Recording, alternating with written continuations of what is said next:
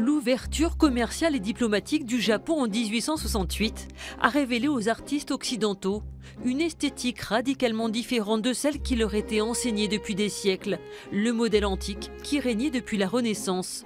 Bien que riche et fondateur, il commençait à s'épuiser. L'art japonais proposait un vocabulaire plastique inédit qui arrivait à point nommé.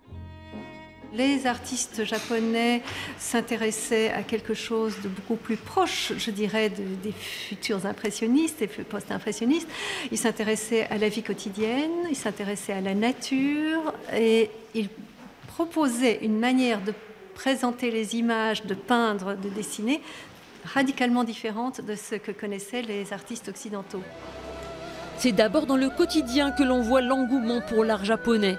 Kimono, ombrelles, éventails, paravents, mais aussi les estampes japonaises dont les impressionnistes furent de grands collectionneurs.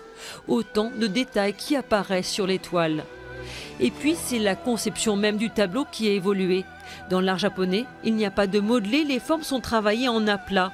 On refuse la symétrie et souvent la perspective. Les artistes occidentaux n'ont pas tout adopté de l'art japonais, chacun y a puisé son inspiration. Par exemple, Gauguin et les Pont-Aven vont inventer le cloisonnisme qui accuse les cernes et le contour des formes, qui met les couleurs en aplat de manière très très forte, avec une grande intensité.